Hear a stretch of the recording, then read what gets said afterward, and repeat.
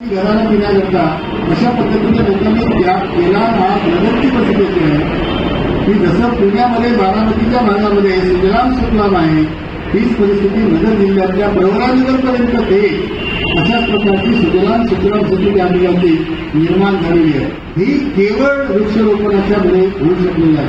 आणि म्हणून याचं महत्त्व लक्षात घेऊन आम्हाला पर्यावरणाचं जे काही नुकसान झालेलं आहे आतापर्यंत ते जर म्हणून काढायचं असेल तर यापेक्षा दुसरा कोणताही मार्ग असू शकत नाही.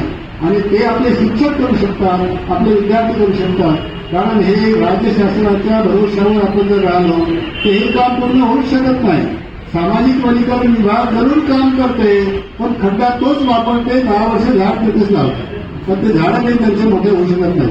अशा या परिस्थितीमध्ये वनराई त्यांच्या माध्यमातून त्यांची हजारोच्या संख्येने यंत्रणा जरी असली तर यांच्या माध्यमातून वनराई फुलेल, निर्माण होईल अशा प्रकारची शक्यता जवळजवळ कमी आहे.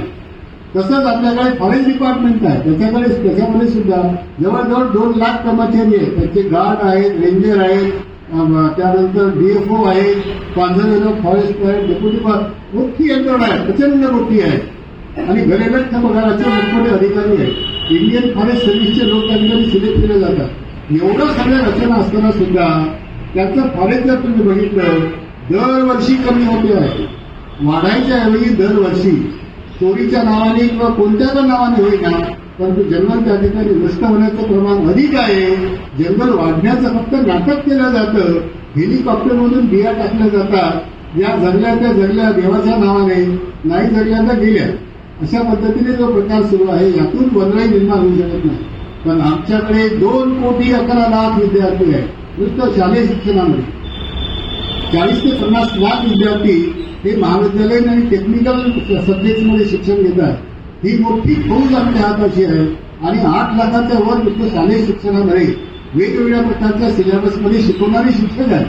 या सगळ्या शिक्षकांच्या आणि विद्यार्थ्यांच्या मदतीने आम्ही जर मनावर घेतलं तर आम्ही हे परिवर्तन घडवून आणण्याकरता सक्षम आहोत. आमच्या इतकी फौज कोणाजवळ नाही.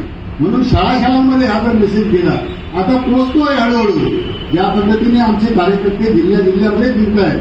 आता मी काल आणि परवा हे याच्यामध्ये सोलापूर, त्यानंतर उस्मानाबाद, लातूर या जिल्ह्यांमध्ये मी जाऊन आलो. त्या ठिकाणी सुद्धा आधीही मोठ्या प्रमाणात त्यांनी वृक्षारोपण केलं. आता माझ्या समोर सुद्धा भरपूर लोकांनी मोठ्या प्रमाणामध्ये उत्साह दाखवला. आता ते माझ्या समोर जरी 1 आणि 2 रोपं लावलेले असले तरी हा कार्यक्रम निरंतरपणे राबवण्याची प्रेरणा त्यांच्या मनामध्ये निर्माण झाली, की आम्हाला उद्योजकांनी दिली. निसर्गावरचं प्रेम त्यांचं जे आहे ते अतुल्य प्रकारचं आहे. त्यामुळे त्यांनी प्रेरणा आम्हाला दिली. आम्ही प्रेरणा शिक्षकांना देण्याचा प्रयत्न करतो आहोत. म्हणून याचं प्रेरणा दिन नाव आपण ठेवलंय. वाढदिवसाचं निमित्त आहे, पण त्याला आपण नाव दिलंय की सगळ्यांनी यातून प्रेरणा घ्यायची आहे. आणि वृक्षारोपण एवढ्या मोठ्या प्रमाणात करायचं आहे की आपल्या देशावर, आपल्या राज्यावर, आपल्या गावावर, आपल्या कुटुंबावर येऊ घातलेलं जे भविष्यातलं संकट आहे, लोकसंख्या वाढते आहे, वनराई कमी होते आहे, यातून निर्माण होणाऱ्या संकटापासून जर मनुष्य जातीला वाचवायचं असेल तर आम्ही सगळ्यांनी मिळून जिथे मिळू शक्य आहे. मुंबईत मर्यादा आहेत, पण तुमची गावं आहेत, कोणाची शेती पण आहे. या शेतीच्या पट्ट्यामध्ये आपण निश्चितपणे वृक्ष लावू शकतो. मी नुसतं सांगत नाही, माझ्या गावामध्ये माझी जी शेती आहे असं एकही शेत असं आहे की ज्या ठिकाणी मोठ्या प्रमाणात वृक्षारोपण केल्या गेले नाही. बांधावर का होईना पिकाची जागा ही व्यापली नाही गेली पाहिजे. म्हणून जिथे जिथे मोठी जागा असेल त्या ठिकाणी ते लावण्याचा एक प्रयत्न असतो, तो आपण सगळ्यांनी करावा. हा त्याचा मधला मेसेज आहे. केवळ या ठिकाणी आपण आलो, आमदार आले, झाड लावलं, या शाळेचं सौंदर्य त्याच्यामुळे खुललं आणि या ठिकाणी पावसाचं प्रमाण वाढलं, उष्णता कमी झाली असं होणार.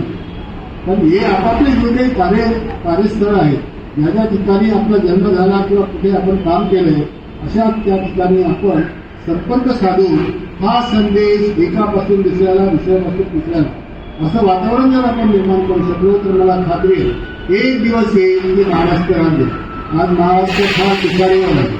जे 5 राज्य आहेत आपल्या देशामध्ये की जे वृक्षरोपणामध्ये किंवा वनराईमध्ये फार पुढे आहेत, त्याच्या कुठेच नाही आपण. इथे 65 ते 70% जंगल आहे. सगळ्यात नंबर 1 वर मेघालय आहे, अरुणाचल प्रदेश त्याच्यामध्ये आहे, त्याच्यानंतर तिकडलेच सगळे आहे. नॉर्थ ईस्ट मधले 5ही राज्य तिथे मोठ्या प्रमाणात आहे. आपल्याकडे फक्त वेस्ट बेंगालमधलं सुंदरबन आहे. ते सुंदरबन जगामध्ये 5व्या क्रमांकाचं जंगल मानलं जातं. हे आपलं वैशिष्ट्य आहे. आपल्याला हे कदाचित भूगोलामध्ये आपण शिकतो पण लक्षात ठेवत नाही. सुंदरबनच्यामुळे कलकत्ता आणि इतर भाग हा सुजलाम सुफलाम आहे.